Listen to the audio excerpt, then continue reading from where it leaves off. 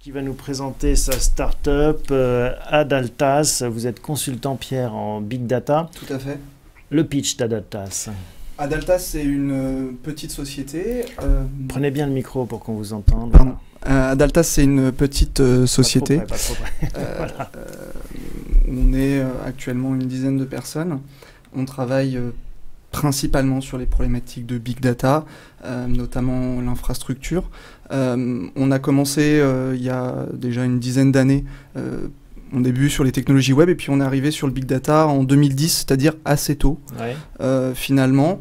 Et on s'est tout de suite, on s'est rapidement spécialisé dans l'accompagnement de clients dans la mise en place d'une infrastructure Big Data avec des profils très techniques sur comment on met en place une infrastructure Big Data et puis bien sûr l'accompagnement qu'il y a autour. C'est un peu le métier de SS2I que faisaient vos aînés ? Version Big Data ? Version Big Data, oui. Qu'est-ce que ça change ? Le Big Data, il y a quand même une culture, comme vous l'avez dit, très orientée open source qu'on n'avait pas avant. Les profils sont pas du tout les mêmes. On a mélangé, toutes les frontières ont été redistribuées aujourd'hui. On l'a vu, il n'y a pas de développeurs et d'opérationnels, il y a des DevOps. Et même un développeur, il est censé connaître l'infrastructure et connaître les produits parce que les couches d'abstraction du Big Data sont très fines. Avant, on avait des produits qui proposaient des couches d'abstraction très claires, très simples. Mais pour pouvoir chercher ces nouvelles performances, on a remélangé tout ça et aujourd'hui, il faut comprendre comment tout marche et avoir une vue un peu d'ensemble pour s'en sortir. Est-ce qu'on peut prendre un exemple concret d'entreprise qui fait appel à vos services, vous la nommez ou pas, mais en tout oui, cas bien pour sûr. savoir à quoi sert ce Big Data? Alors nous, on va travailler avec des entreprises qui sont plutôt des gros acteurs, EDF, Solocal, et qui vont avoir besoin d'industrialiser déjà leurs besoins. Il y a une différence entre démarrer du Big Data sur une petite équipe et puis devoir gérer du Big Data avec 100, 150, 200 personnes qui vont se connecter au cluster. Il y a des problématiques de sécurité qui ne sont pas les mêmes, des problématiques de gestion de la donnée, de data gouvernance qui ne sont pas les mêmes et qui sont beaucoup plus complexes. C'est à ce moment-là qu'on est, je pense, le plus important. On va démarrer des projets pour justement assainir tout de suite les problématiques et pouvoir livrer un cluster qui sera en effet scalable, comme vous l'avez dit tout à l'heure, et surtout où il y ait des problématiques et des enjeux de sécurité qui soient au niveau de l'attente des entreprises sur des gros acteurs. Voilà. Qu'est-ce que ça vous inspire, Florence? Moi, j'ai quelques questions. Oui. Est-ce que ça veut dire que vous avez un peu packagé la façon dont vous déployez ces clusters? Tout à fait. Voilà. Tout à fait. On a un outil qui a été développé en interne et qu'on continue à développer puisqu'on est avant tout des gens qui aiment le développement et on utilise ce petit outil pour se faire plaisir qui s'appelle Riba, qui est une solution qui permet de déployer des clusters avec des problématiques de sécurité qui sont très élevées. Voilà. Votre profil, vous? Moi, je suis... ça dépend. Je suis data engineer, data architecte, développeur, DevOps. Dans un domaine. Je suis multicasquette. Oui, je suis grand amateur de pizza. Couteau suisse, amateur de pizza. La pizza team, je la fais tout seul parce que je mange toute la pizza. J'ai fait une école de développement d'informatique. Je suis ingénieur en informatique, comme beaucoup de gens. Je suis passé un petit peu par la recherche. J'ai travaillé dans les systèmes distribués et puis très rapidement j'ai travaillé dans cette boîte-là, Adaltas, donc sur le profil Big Data. Pierre, une question? Oui, sur les couches d'abstraction, ça veut dire que vous travaillez sur les algorithmes, ça veut dire quoi en fait concrètement?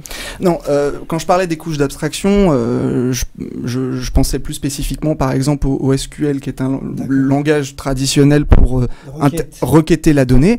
Aujourd'hui on a du SQL sur le Big Data, pour autant on a plein de solutions qui font du SQL et chacune va résoudre des problématiques qui sont très différentes. Donc vous pouvez pas arriver sur le Big Data en disant je fais du SQL, c'est bon, je peux tout faire. Non, pas du tout. Il faut comprendre ce qu'il y a en dessous, il faut comprendre ce qu'il y a derrière, sinon on va vers des problématiques de performance, des projets qui vont s'effondrer parce qu'ils vont pas tenir la charge, parce que les gens ne comprennent pas ce qu'il y a derrière. Donc il y a un travail d'évangélisation à ce niveau-là. Et puis également, important. Vous avez insisté sur le fait que la qualité des données, je crois que vous en parlez assez souvent, c'est-à-dire que vous recommandez d'avoir des données propres ou qui soient nettoyées, c'est ça que vous dites, nettoyées? Non, pas nécessairement. Ça veut dire que Non, bien au contraire. On constitue un data lake, donc ouais. on met, c'est du vrac presque, on peut Oui, dire. Et c'est ce qu'on met des zones de données brutes. Donc c'est en effet. vous savez travailler sur des données qui sont vraiment brutes. Oui, bah Vous ne c'est. recommandez pas de faire un premier tri quand on vous dit nettoyer les données, non? Si, bien sûr, il y a toujours un étage de préparation de la donnée. En revanche, Comme la pizza, il faut partager le micro parce que sinon on va pas. en revanche, cet étage de données, on va quand même essayer de conserver les données brutes. Avant, ce qu'on ne faisait pas, on avait tendance à nettoyer les données et potentiellement à les jeter. Parfois, on les archivait. Là, ce qui est intéressant avec le big data, c'est que on est entre les deux. On l'archive, mais sur l'infrastructure qui est capable d'effectuer des requêtes et développements. Et donc, il n'y a plus cette séparation entre la zone active et la zone froide. Vous avez un espèce de panel et les technologies du big data aujourd'hui permettent d'avoir une seule entité qui contient ces différentes zones-là. Voilà. Alors, une question pour notre jeune ami. J'avais pas de question directe. Non, la remarque, effectivement, j'ai noté différents points là, sur sécurité, data management, industrialisation. Donc nous, la démarche vraiment qu'on a eue, c'est de partir, d'être vigilant par rapport à ça. D'ailleurs, Farid Ilikoud, là, que tu interrogeras prochainement sur une table ronde, a travaillé donc, dans les équipes sécurité informatique PMU, a travaillé à nos côtés pour valider cette infrastructure. Et donc on était assez fiers d'avoir déposé un cluster sécurisé aux normes telles que désormais, j'allais dire l'état de l'art, en tous les cas, ce qu'on estime nous être au top. Là-dessus, on a Surtout travaillé. que vous avez des niveaux de sécurité imposés qui sont importants.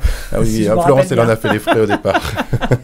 Pierre, quel est le niveau de maturité des entreprises françaises? Est-ce que vous sentez on disait qu'il y a une accélération? Je suis assez d'accord sur le fait qu'il y a eu un vrai changement il y a 2 ans. Il y a une vraie évolution. Au début, les gens ont commencé à acquérir les technologies big data, commencer à jouer avec, entre guillemets. Aujourd'hui, je pense que les technologies, en termes de culture d'entreprise, ça fait partie des outils que l'on possède et il y a clairement une montée en niveau. Les métiers se définissent, c'était pas le cas il y a 2-3 ans. Les activités se définissent et puis surtout, on va vers des problématiques qui sont beaucoup plus complexes qu'avant et on va beaucoup plus loin en fait, tout simplement. Ça c'est vrai. Bon, merci beaucoup de nous avoir pitché Adaltas, votre start-up. Merci à vous tous de nous avoir permis d'approfondir nos connaissances sur le Big Data. Merci à vous de nous suivre régulièrement. On se retrouve la semaine prochaine, même endroit, même heure.